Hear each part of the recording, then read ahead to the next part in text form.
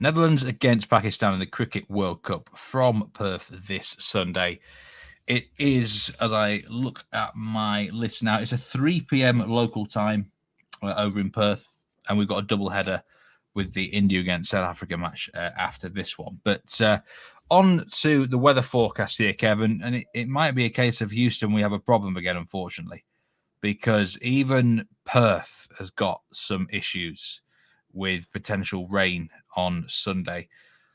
68% chance of rain around the start time for this game. As you can see, this little hike here of rain. There's a lot of wind around as well, which is probably a good thing in terms of it will clear through.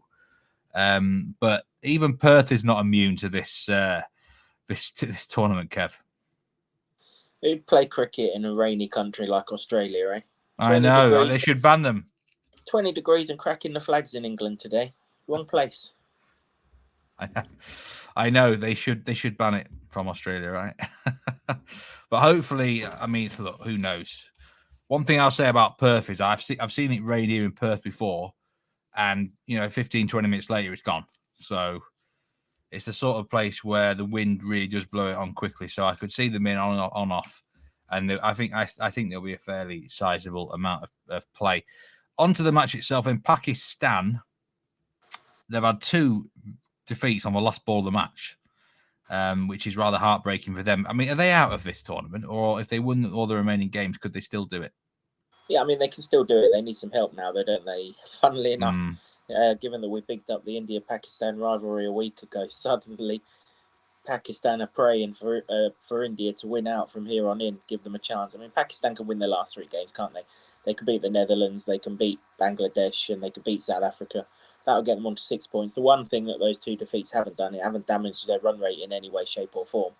So they can still get to 6 points. If India win out, there's going to be a right old shindig on for that second spot, isn't there? Yeah, they're not out yet, but I mean, they're going to have to. They're going to have to hold their nerve an awful lot better than what they have done so far. I mean, they've crashed and burned in the field in the last over, haven't they? And they've crashed and burned with the bat. That's not a good sign. Netherlands have lost both of their 2 games. A heavy defeat against India. I mean, they're realistically just playing for pride here, aren't they? And they're enjoying their cricket, I suppose. Yeah, the Netherlands won their cup when they came through the group, didn't they? I mean, even then, you got to remember that they were friends with UAE for the last game, weren't they? They needed UAE to beat Namibia, otherwise they'd have been gone, because their 2 wins were falling over in fact, they did exactly the opposite to what Pakistan have done, haven't they? They literally fell over the line in 2 wins in their first group stage, got battered by Sri Lanka. Their net run rate was so bad that the UAE needed to bail them out. They did. And now they're here to sort of fight another day. I think for Netherlands now, this tournament is all about showcasing their skills, showcasing that they can challenge these top sides, so that some more of them are going to tour the country. I saw Paul van Meekeren say that Test teams that go to England, rather than messing about playing county reserve teams, should stop off at the Netherlands for 10 days and play them in a sort of 4-day game and a couple of 1-day games. And to be fair, it's a blinding idea, because no county puts out a decent side against the touring side, so they're just a waste of time anyway. So it'd be great to see Netherlands get more cricket against these top sides, because they've shown that they deserve it. They challenged Bangladesh, and okay, they were kind of wiped out by India, but I mean, really and truly, it was only sort of the last 5-6 overs that India really got on top with the bat. And obviously Netherlands struggled with the ball, but they're up against world-class bowlers, aren't they? They're like that they want to face an awful lot more of. Yeah, I'd say that's a great idea. I saw the article as well, and you would be much better off playing the Netherlands than a second string county outfit. Definitely, for sure. And for them, it's not just about enjoying their cricket here. They do want to show that they can compete, so they're going to be up for it. But they are heavy underdogs to prevail here in Perth. Maybe the weather might help them out. A reduced overs game might give them more of a chance. Perth Stadium, again, and the wickets generally pretty fast here, bouncy. We know it's straight down the ground. It generally have been some pretty good cricket wickets. Hey, Kev, how do you see this match going then in general? I mean, Pakistan, they should win it, but I mean, do you see it being comfortable for them? No, I'll repeat what I said when they played Zimbabwe earlier in the week, Steve. I'd expect them to win it, but I wouldn't be at all surprised if they make hard work of it. These two teams actually met in an ODI series just after England played the Netherlands, so you're going back to sort of June time. And the Netherlands lost it, but actually they messed up two winning positions. They could easily have won it 2-1. They lost it 3-0. And it was one or two Pakistan players like Rizwan didn't play. But Babar Azam played, most of the bowlers played, so it was a pretty strong Pakistan side that went out there. So that will give the Netherlands some encouragement. The problem is, it's this. We've seen it with all the teams that have come to this Perth track that are not used to playing on these kind of wickets. They're just going to struggle, aren't they? And the fact that Pakistan have had a game here, that's a massive advantage. Even if they fall over the line, Pakistan, they get over the line, don't they? You wouldn't get me backing them at those odds, but I'm in no real rush to oppose them, and certainly not in a match betting anyway. We've got two bets for this game. The first one, the main bet, is under 33.5 boundaries. I must say I quite like this one as well. Overall, it just feels like it's going to be quite a low-scoring contest, really, whichever way, whoever does bat first, really. Yeah, I mean, if you think back to that Pakistan-Zimbabwe game, there was hardly any boundaries in there, and the ones that were in the first 4 or 5 overs of the Zimbabwe innings when Pakistan, for some stupid reason, were pitching the ball up to the batsman's toes. They'll have worked out now that's not the way forward. The seamers will pull their lengths back. They'll pull their lengths back to the sort of top of the stumps, maybe even a little bit higher than that. Make sure that Netherlands are hitting everything square of the wicket, and if you hit it square of the wicket here, I mean, Jesus Christ, it's almost 100 metres, isn't it, to the boundary in certain parts of this place. So if you get a 4 there, then good luck to you, especially if the outfield's slow, if there's been some morning rain as well. Associate sides, they don't play in these conditions very often. The only, as I've said before, the only sort of ground that replicates this in any way, shape or form in terms of the pace and bounce is the Wanderers in Johannesburg, and they won't have played there very often either. The Netherlands, it's just going to be alien to them, and I can see them struggling with the bat. I mean, any sort of boundaries that they do get may well just be sort of edges that fly past the keeper, and nothing sort of really secure. There's not really, apart from O'Dowd, there's not really a Netherlands batter that you'd say is in sublime form. There's not really an awful lot to like about the Netherlands with the bat there in that way.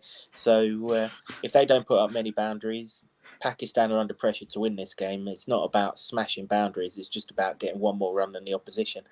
And let's be honest, they made a complete arse of scoring boundaries the other day anyway, didn't they? So even when they were going well with, was it Shan Masood and Shadab Khan were putting a partnership together, they weren't really hitting many boundaries. So that line looks way out. Just for reflection, I'll quote again the Australia-Sri Lanka game here, which was the highest scoring game in the tournament so far at this ground, and certainly higher scoring than what I think this one will be.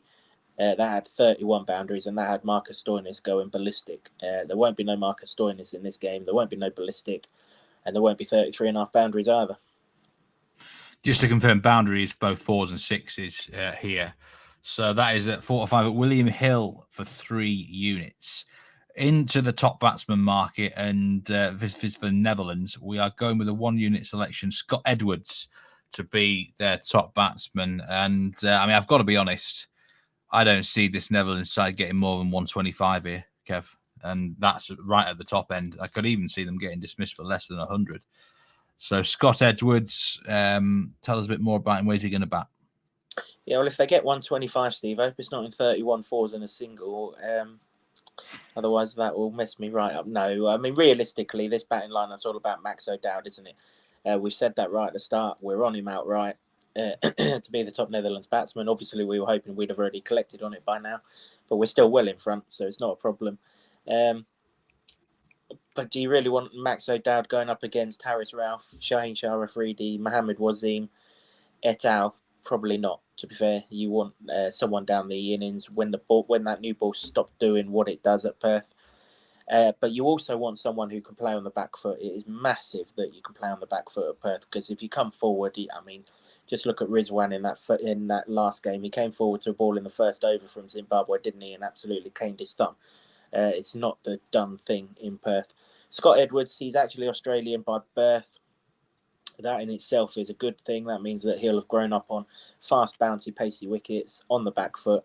By back foot, I mean batsmen stay back. So if the ball is shorter of length, which it always is, or it should always be here if Pakistan bowl properly, so you're cutting shots or you're pulling shots, you're playing them square of the wicket anyway, and you're comfortable doing it. And that's something that Scott Edwards will be.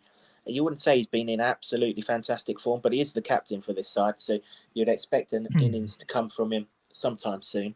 In that ODI series that I mentioned, in August it was, not July, sorry, the first innings of that, first match of that series, he scored 71 not out against this very same Pakistan bowling attack. So he can score against them. I'm not convinced too many others can. And I certainly don't want to be going anywhere near any of the top order with Pakistan's new ball bowlers the way they are. So I'll take a chance that Edwards can deliver the goods down the order. He's got previous against this lot. So every chance he can offer something. Yeah, it really is a back foot wicket. I'd be terrible if I was batting on this Perth deck, Kev. I'm not good against short bowling. I am definitely more of a front foot player, so not a place that I would enjoy. But let's just talk about this Pakistan batting at the minute, because what on earth is going on, Kev? I mean, I couldn't believe how poor Babar Azam looked the other day, and both matches. Obviously, he got a first bowler against India.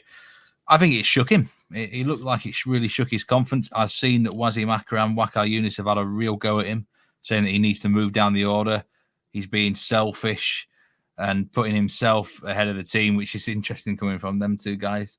But, I mean, Rizwan as well hasn't looked on it. I mean, these two guys had been in great form heading into the tournament. They look just devoid of any confidence right now. Yeah, I'm not surprised with Rizwan, Steve. Low hands, they're not suited to Australian pitches. I mean, if you think back to the Ashes last year, for some god unknown reason, England played Hasib Hamid in exactly the same situation. Low hands means that your hands are kind of down the bat and sort of lower down in front of you, whereas you need your hands to be quite high to cope with the pace, the bounce of the ball here. So I'm not surprised that Rizwan's struggling. Babar Azam's more of a surprise, but if ever there's the term form is temporary and class is permanent, he's your man. He's the best batter in world cricket for me, and that's absolute cobblers that he has to go down the innings. It's only a matter of time before he starts firing, whether it's here in Perth or whether they have to wait till they move on to Adelaide. That's a different story. But hey, there isn't nothing in this Netherlands attack that's going to necessarily worry him. So if he's going to get off to a score, it's going to be here. I mean, if I was backing anyone there, Steve, I'd look at Shadab Khan. I think he came in at 4 in the last game, didn't he, or 5? He can genuinely bat, and it might not, like you say, the openers haven't been in good form in this tournament, so it's not beyond the realms possibility that he comes in with the top score in sight. I mean, obviously, there is also the chance that Netherlands get shot out and the openers come good and chase it down themselves. But at the prices that are there, sort of 12 to 1, Shadab Khan could be tempting.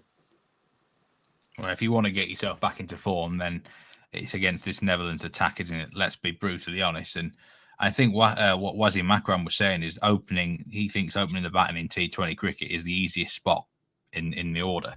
And he's basically saying that Babar should come down to 3 or 4 where it's a bit harder, give someone else the easy slot and help the team. I think that's what he was coming across as. So a bit of pressure on Babar. Let's see how he reacts here. I'm sure he'll want to put on a performance. He wouldn't put it past him getting a good score. So a recap for this game. 2 bets. We have got under 33.5 boundaries at William Hill, 3 units. And Scott Edwards, top Netherlands batsman, for 1 unit. Do watch out if you're betting on this game. There's that chance of rain around as well. So let's hope we can get a couple of winners out of it, Kev. And I'm no bet for me on this one. I've learnt my lesson with Pakistan. It's a trap that many have fallen into down the years. They can do one for me right now. So I'll stick with your 2. Yeah, it's fair enough. Like you say, they're a little bit inconsistent, and they're under pressure here, aren't they? They are. All right. Well, that'll do for this one. Take care, everyone, and we'll be back soon for the next episode. Goodbye.